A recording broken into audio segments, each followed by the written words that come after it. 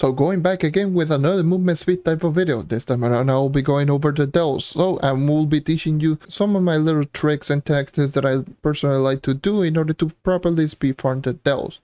This is going to be a very important video for those who are just going to be running and for those who are just grinding solo. Alright, so keep a listen. And yeah, before all of that, we're on a road to 4,000 subscribers. So if you want to help me out in reaching that milestone, make sure to subscribe. With all that being said, let's get started.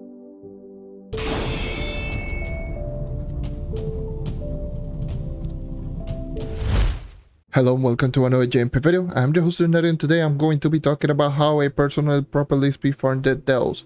So I'm just going to be teaching you, everyone out there, how I normally like to do my delves, or how I personally like to speed farm through the delves and just going as fast as possible and being able to complete the objective in sub 2 minutes. This actually is a tactic that you can just complete the objective in less than 2 minutes by yourself, even at depths of 120. Like, you can actually just, even if you're a runner, you can actually just complete the delves in less than a minute if you know how to properly speed farm it and properly know how to utilize your cooldowns. So I'm going to be teaching you all of that in this video.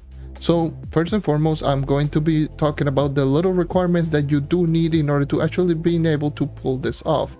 So the things that you need is going to be, number one, you actually need obviously the movement speed equipment, movement speed buff, and all that good stuff. So it is going to be movement speed hat, weapon and face, movement speed banner, movement speed buff ally like a Raptor Berserker, AV, or animated jog, all of those allies that will grant you a movement speed buff every time a nearby enemy dies, a Trove emblem, Pirates, Vampire Vanquisher, and you could also throw in there the Bard subclass, which I like to use. Some of the other extra requirements that are going to be available, it is going to be the Bacamatic and the Path Painter. More importantly, the Path Painter if you're a runner, Bacamatic and Path Painter if you're going solo. So those are going to be all of the requirements. I'm going to be leaving all of the text right now on screen on all of the things that it is going to be required for you to actually being able to pull this off rather consistently. The thing is, it's just going to be that you don't need everything, but having everything will help out greatly. And yeah, so this is going to be all of the things and the requirements that you do need in order to actually just being able to properly speed farm it. Now, the reason I'm going to be talking about all of those items in particular is going to be that, and in the case of running around in delves, it's just going to be that you need to be able to know how to maintain movement speed buff.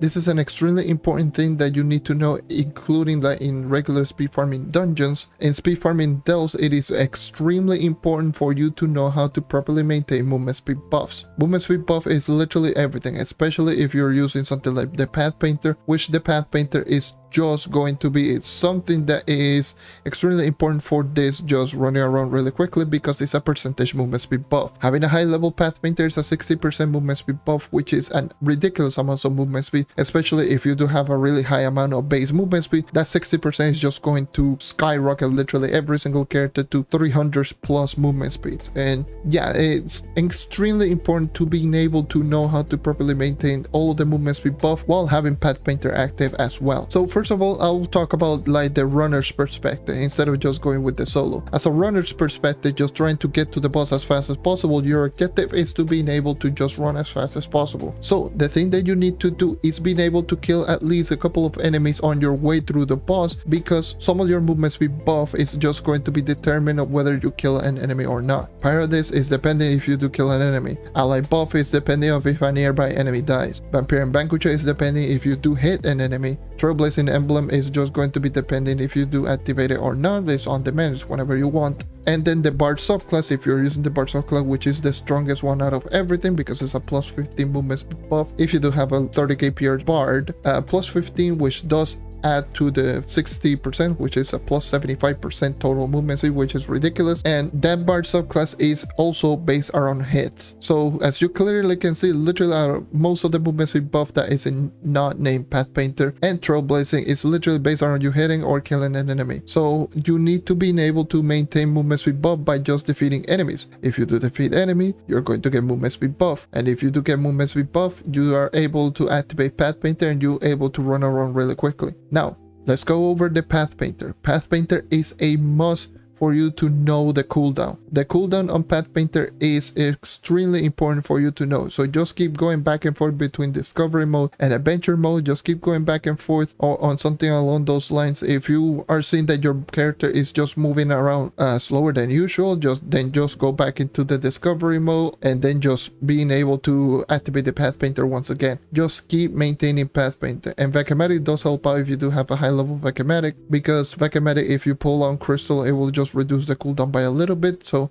it does help out in just being able to maintain Path Painter all the time. Keep trailblazing 100% of the time. It is a 10-second duration, and keep trailblazing as much as possible. Keep killing at least 1 or 2 random enemies, even if it is just an enemy that is somewhat uncomfortable position. Make sure to defeat that enemy so you can actually maintain the movement speed buff, and keep running forward. The important things of a runner is just going to be that you need to know how every single delve room is laid out. So memorize some of those rooms so you can actually have an idea where to just cut certain areas and not be able to get too confused. It's just going to be the best way to go for as a runner. If you're going solo, obviously knowing the delves themselves is just going to be very important, but as a solo player, if you just want to go around and just being able to maintain just high clear time, you always keep and watch on your objective. If your objective says, let's just say monolith, then save your Vacamatics for the monolith and then just activate Path Painter every time you defeat a monolith. So all you gotta do is activate a monolith, Vacamatic, kill all enemies, Path Painter, get out. That's pretty much essentially what you're gonna do. Kill all enemies within all of those rooms. Once you do find the next monolith,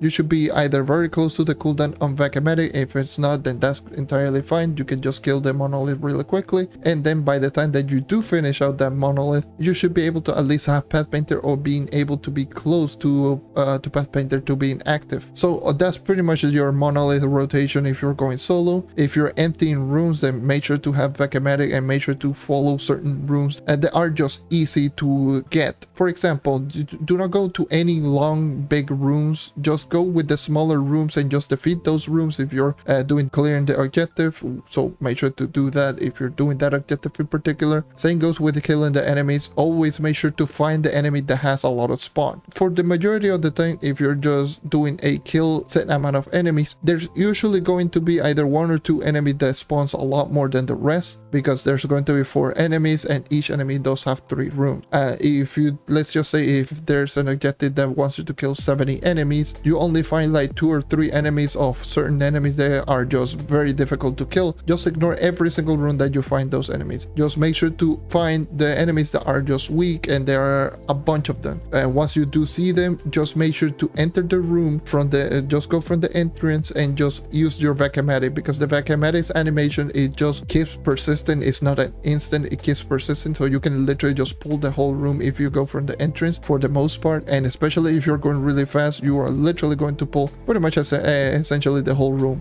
And if you do that, just kill all of the enemies in the room as fast as possible and then get out. Do not just fetch certain enemies. Just kill the enemies and get out and move to the next room. That's how you properly speed farm whenever the objective is just kill enemies. Now that you know that, pretty much essentially there's going to be several different tactics for you to actually just being able to properly utilize your character or being able to properly speed farm it. The important thing out of everything is just going to be experience, knowing certain things. Like for example, like knowing where to actually just pull enemies on certain rooms, knowing where are some of the shortcuts, knowing how to just move around really quickly, knowing the cooldowns. And that is also important for regular speed farming. Regular speed farming is just going to be knowing the dungeon so you can actually just go to the boss as fast as possible. But in the case of the delves, it's also as important to know what room that you are getting yourself into before you actually just clear the rooms. And essentially that's going to be how you properly speed farm inside the delves. So as a quick recap, once again, if you yourself are a runner on a group and your objective is just to run as fast as possible, then all you gotta do is just keep killing enemy and keep activating Path Painter and just keep running forward. Just keep killing enemies every 3 to 5 seconds, activate Path Painter as soon as you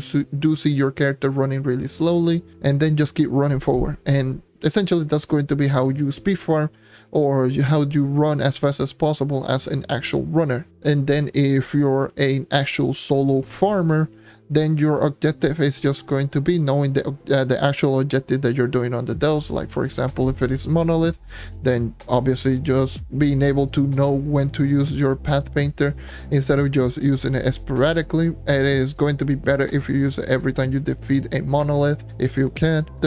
After the case is just going to be just being able to know how to pull regular enemies. On the empty rune is being able to know which of the enemies that you can fish instead of just fishing the actual specific enemy. Fish for specific rooms that actually is very condensed, so you can actually just do one pull on the vacuumatic and just kill all enemies at once. And if you're doing the kill enemies, then just fish for the enemy that has a lot of spawn. Instead of just going for a specific room, go for a specific enemy.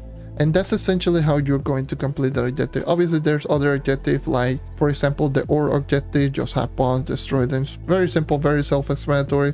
For the crystal one, all you gotta do is just keep using vacuumatic and just keep essentially just using vacuumatic on every room that you do see quite a plenty amount of crystal, and just use it and you're going to get a lot of them. And when you're killing a specific enemy, then obviously that your objective is right there. All you gotta do is just kill the specific enemy and just use the vacuumatic on that enemy in particular. That's essentially going to be everything for me for today. Thank you for watching. Thank you for subscribing as always. Make sure if any of these tips actually did help you out, because I know that the delves are going to be somewhat of a hot topic, especially considering that it is going to be the best EXP rate for Paragon levels. Actually knowing a couple of little things like this one, it really is going to help you out greatly in the long run, in actually just being able to speed farm dungeons for yourself and not being able to rely on certain groups and or certain people. So if you want to do it for yourself, then there you go, you have that as an option. Anyways, thank you everyone for watching. Thank you for the as always. Leave a like, subscribe for more content like this. We're on a road to 4,000 subscribers, and I hope to see you guys next time. Take care and keep on hunting. See ya.